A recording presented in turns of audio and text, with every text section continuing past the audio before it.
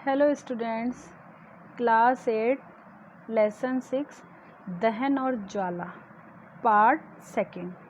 हमने पिछले वीडियो में पढ़ा था बच्चों कि ज्वाला क्या होती है, किस प्रकार से इसके अंदर किसी चीज़ में आग लगती है और किस प्रकार से दहन करने के लिए या किसी भी चीज़ को जलाने के लिए हमें किस किस चीज़ों की आवश्यकता होती है। जैसे वायु की आवश्यकता होती है, बिना वायु के दहन नहीं हो सकता।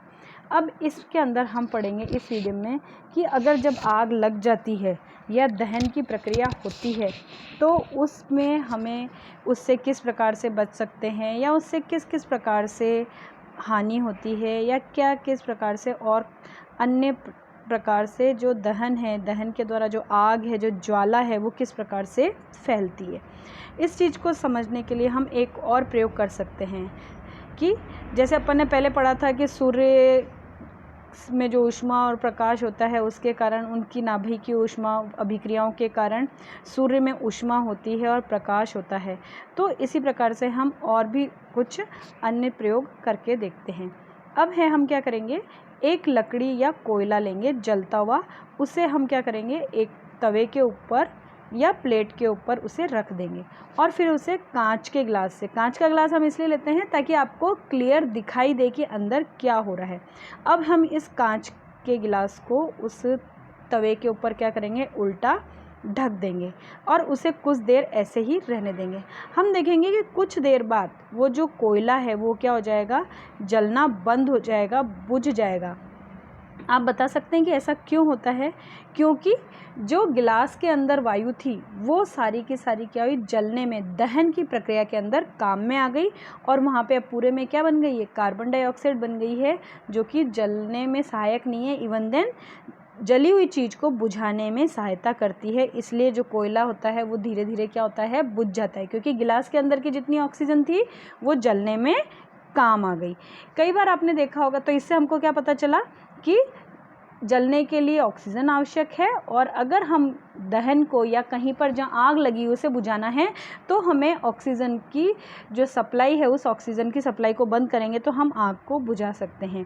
इसी प्रकार से आपने देखा होगा कि जब किसी व्यक्ति के वस्त्रों में आग लग जाती है तो आग बुझाने के लिए हम व्यक्ति को क्या करते हैं, कंबल से ढक देते हैं या किसी मोटे कपड़े से ढक देते हैं। क्यों?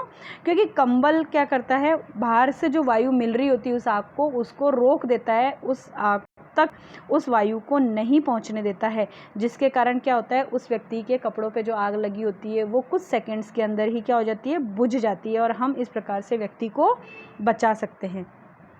इसी प्रकार से आपने देखा होगा कि एक माचिस की तिल्ली है, वो डब्बी के अंदर रखी हुई, तो क्या डब्बी में रखे हुए अपने आप जल जाती है?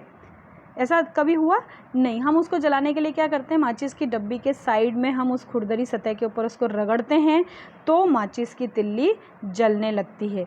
यानी कि अगर जब तक हम उस तिल्ली को नहीं रगड़ेंगे तब तक माचिस क्या होगी, नहीं जलेगी। इसी प्रकार से आपने देखा होगा कि अगर माचिस की तिल्ली है, उस माचिस की तिल्ली के पास आप लकड़ी का टुकड़ा लाएंगे तो क्या अपने आप जलेगा? नहीं।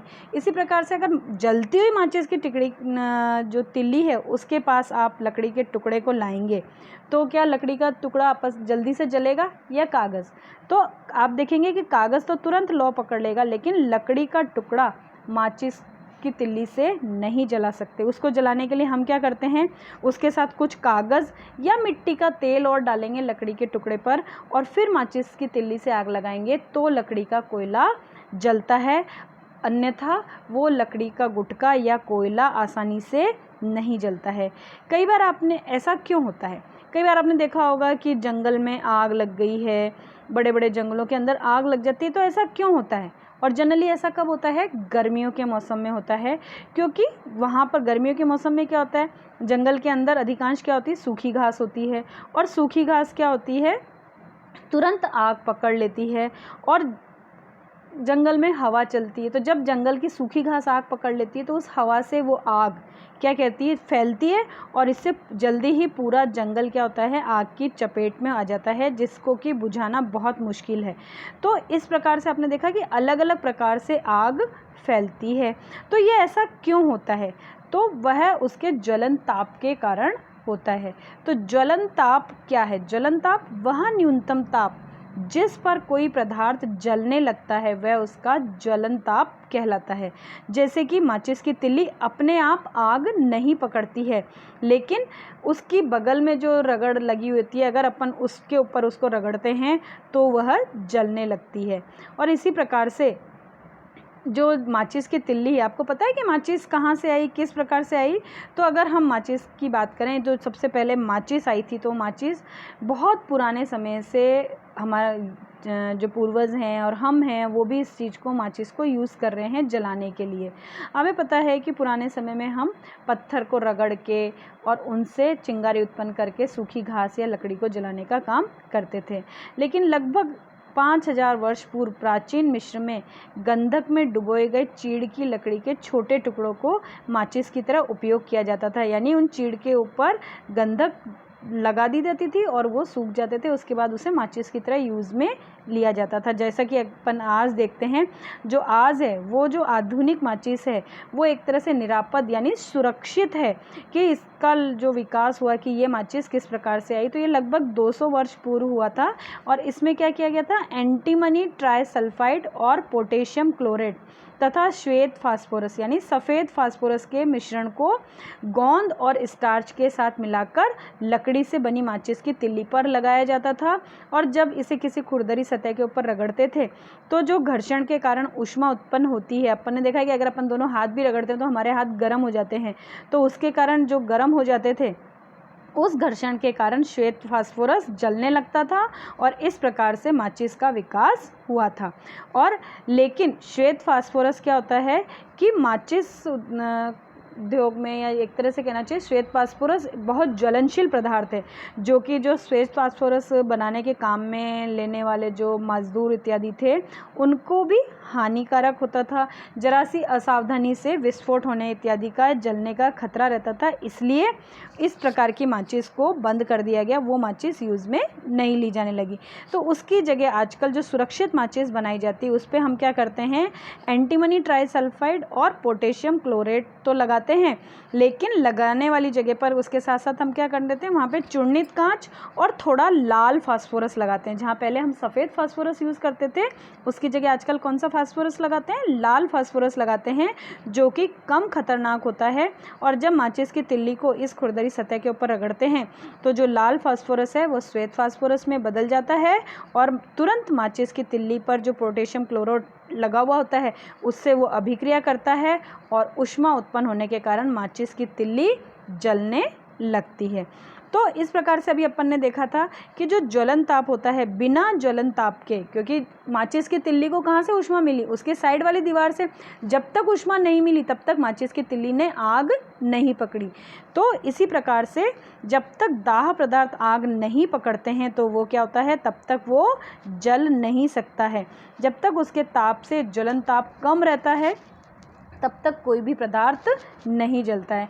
कई बार आपने देखा होगा कि जब हम भोजन पकाने वाले तेल को लेते हैं तो भोजन पकाने वाला तेल क्या होता है, अपने आप आग पकड़ता है? नहीं। लेकिन कई बार आपने देखा है कि हम खाना पका रहे हैं और पकाते पकाते बर्तन में आग लग जाती है। तो ऐसा क्यों होता है? क्योंकि तेल इतना ज़्यादा गर्म हो जाता है कि वो अपने ज्वलन ताप तक पहुंच जाता है, तो वह आग पकड़ लेता है और बर्तन में हमारे आग लग जाती है। तो इसी प्रकार से कभी आपने देखा कि मिट्टी का तेल या लकड़ी, इन सब के अंदर आग लगती है, लेकिन क्या ये अपने आप पड़े हुए कमरे में पड़ा हुआ मिट्टी का तेल या लकड़ी, इनके ऊपर आग लगती है? नहीं, क्योंकि उनका ज्वलन ताप कमरे के ताप से अधिक होता है, तो वो कमरे के ताप के ऊपर उनमें आग नहीं लगती। लेकिन अगर हम मिट्टी के तेल को थोड़ा गर्म कर देते हैं तो वो क्या होता है, तुरंत आग पकड़ लेता है। इसी प्रकार से जो लकड़ी है, तो लकड़ी भी कब होती है, जब लकड़ी के ऊपर हम मिट्टी का तेल डालते हैं तो लकड़ी जलने लगती है, स्वतः वो नहीं जलती। तो इस प्रकार से क्या हम समझ सकते हैं कि किसी पदार्थ के दहन के लिए उसका ताप उसके ज्वलन ताप तक पहुंचना आवश्यक है। यानी अगर हमें किसी भी चीज़ को जलाना है तो उसका ताप उसके ज्वलन ताप तक पहुंचेगा। ज्वलन ताप तक नहीं पहुंचेगा तब तक कोई भी वस्तु हो, चाहे वो तेल हो, लकड़ी हो, कोयला हो, वो नहीं जलेगा। माचिस की तिल्ली हो, क्योंकि जब तक हम उसको रगड़ेंगे नहीं माचिस की तिल्ली नहीं जलेगी। इसी चीज़ को समझने के लिए हम क्या करते हैं, एक प्रयोग करते हैं। हम क्या करेंगे दो मोमबत्ती लेंगे अलग अलग और 2 कीप लेंगे। उन कीप के ऊपर, जैसा कि आपको चित्र के अंदर दिखाई दे रहा है, हम कागज़ की कीप बनाकर रखेंगे। अब उसके बाद हम क्या करेंगे कि इस कीप के अंदर 1 कप में हम 50 मिलीलीटर जल डालेंगे, यानी कि पानी डालेंगे। अब दोनों कपों को अलग अलग मोमबत्ती द्वारा गर्म करेंगे, यानी एक कीप कागज़ की जिसके अंदर एक में तो आपने पानी डाला है और एक जैसे कि खाली प्लेन कागज़ आपको दिखाई दे रहे हैं दोनों। अब आप इस लौ के ऊपर उसको पकड़े रहेंगे और थोड़ी देर बाद देखिए क्या होता है। कागज़ के खाली कप जिसके अंदर पानी नहीं है, क्या होगा, वो तुरंत थोड़ी देर बाद क्या होगा, जलने लगेगा। जैसे आप वो जलने लगता है, आप उसको क्या कर देंगे, छोड़ देंगे। हमें सावधानी रखनी है, ऐसा नहीं कि कागज़ पकड़ने के जलाने के लिए कहा है तो कागज़ जल रहा है तो हम उसको छोड़े नहीं। वो कागज़ जलने लगेगा, उसके बाद आप क्या करेंगे, उसको छोड़ देंगे। अब दूसरे कीप में क्या हो रहा है, आपने देखा कि उसके अंदर आपने पानी भर रखा है, तो जो पानी आप गर्म कर रहे हैं, आप देखेंगे कि वो पानी गर्म होने लगेगा। या हम कागज़ के कप के अंदर भी पानी को गर्म कर सकते हैं। क्यों? क्योंकि कागज़ के कप को जो हम ऊष्मा दे रहे हैं, वो ऊष्मा चालन द्वारा जल के अंदर चली जाती है, क्योंकि वो कागज़ क्या हो गया, गीला हो गया। तो जो पानी जो आप गर्म कर रहे हैं मोमबत्ती से, वो ऊष्मा किसके अंदर चली गई, पानी के अंदर चली गई। अतः जल की उपस्थिति में ताप जो होता है वो कागज़ को अपने जलन ताप तक पहुँचने नहीं देता, इसलिए वो जलता नहीं है और उस कप के अंदर का जो पानी है वो क्या हो जाता है, गर्म हो जाता है।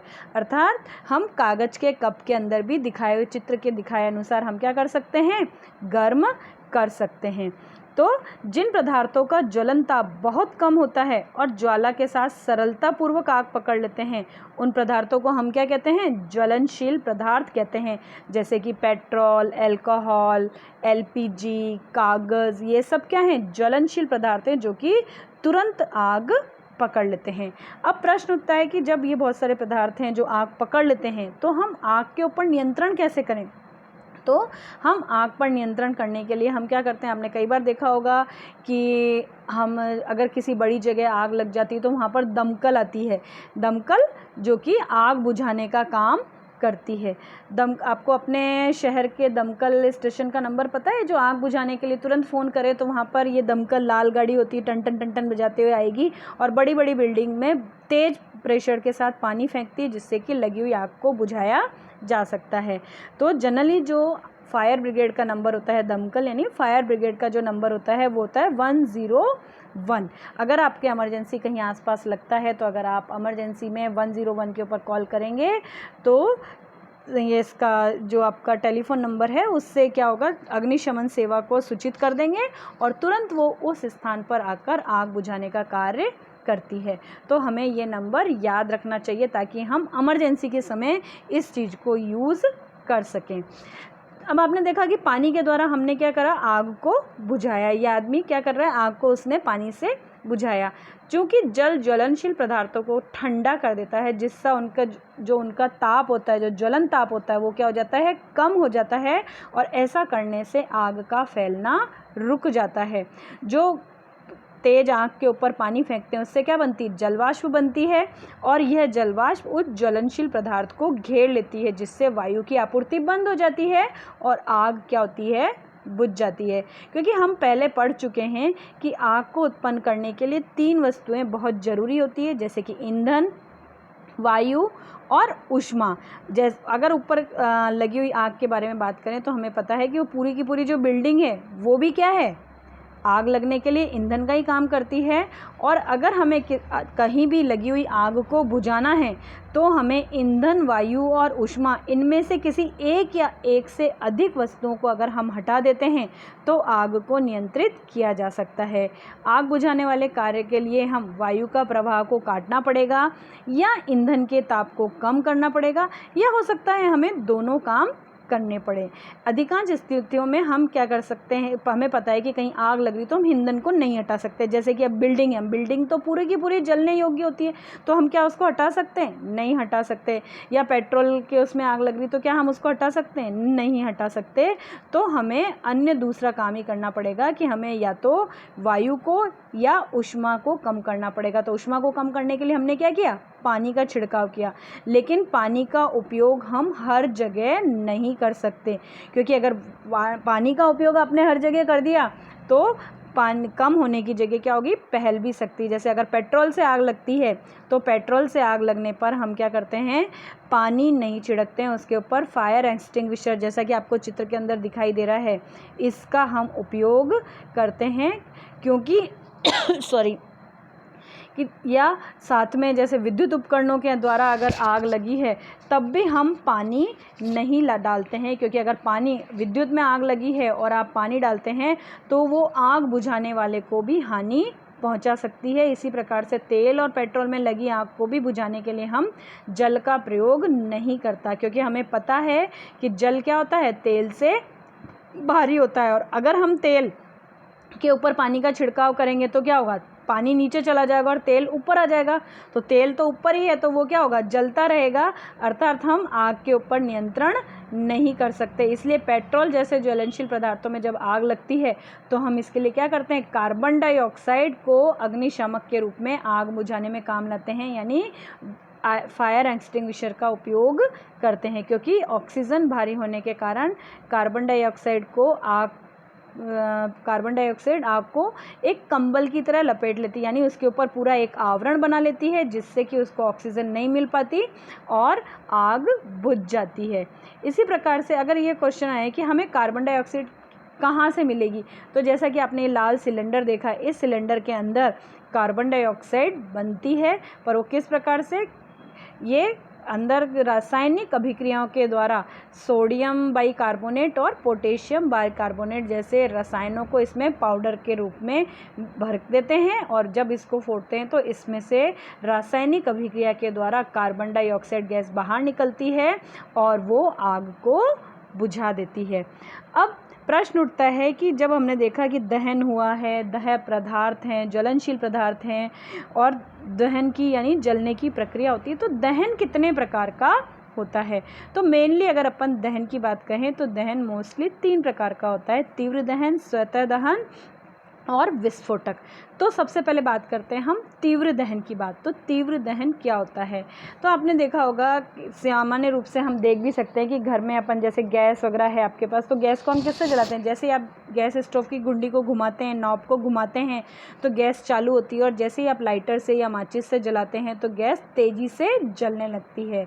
और ऐसा परिवर्तन जिसमें गैस तेज़ी से जलने लगती है और ऊष्मा तथा प्रकाश उत्पन्न होता है, इसे हम क्या कहते हैं, तीव्र दहन कहते हैं।